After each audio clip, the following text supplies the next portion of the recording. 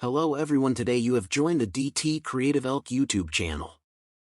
How to factory reset a laptop or PC to default. If you find this useful, then please consider subscribing and liking the video. Doing this is really convenient, as perhaps you want to go and sell it or give it away, or go and dispose of it and see what to remove all of your data. So to go and get started, you need to head to the bottom of your computer and go and press on the Windows Start button.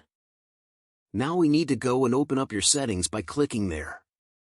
Alternatively, click on Search and type in Settings on the left. You can go and select System, and you then want to go and scroll down and go and find the option for Every and Data Recovery. Found the option Reset this PC.